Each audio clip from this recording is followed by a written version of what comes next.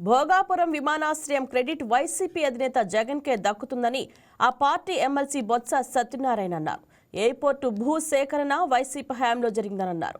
కేంద్ర మంత్రి రామ్మోహన్ నాయుడు ఎయిర్పోర్టును నిర్మించిన జిఎంఆర్ పేరు ఎందుకు చెప్పడం లేదని ప్రశ్నించారు. విశాఖ మాస్టర్ ప్లాన్ పై ప్రభుత్వం స్పష్టత ఇవ్వాలని డిమాండ్ చేశారు.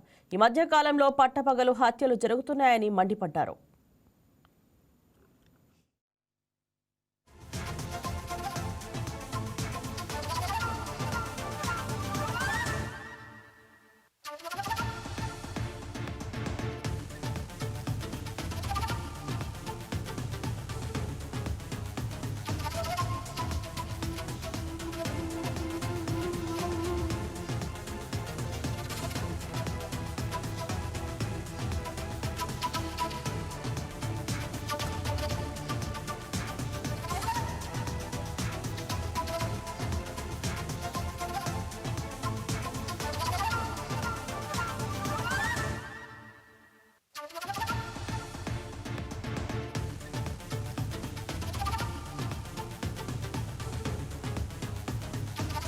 ఈ వీడియో మీకు నచ్చినట్లయితే లైక్ చేయండి, షేర్ చేయండి, మా ఛానల్కి సబ్స్క్రైబ్ చేయండి.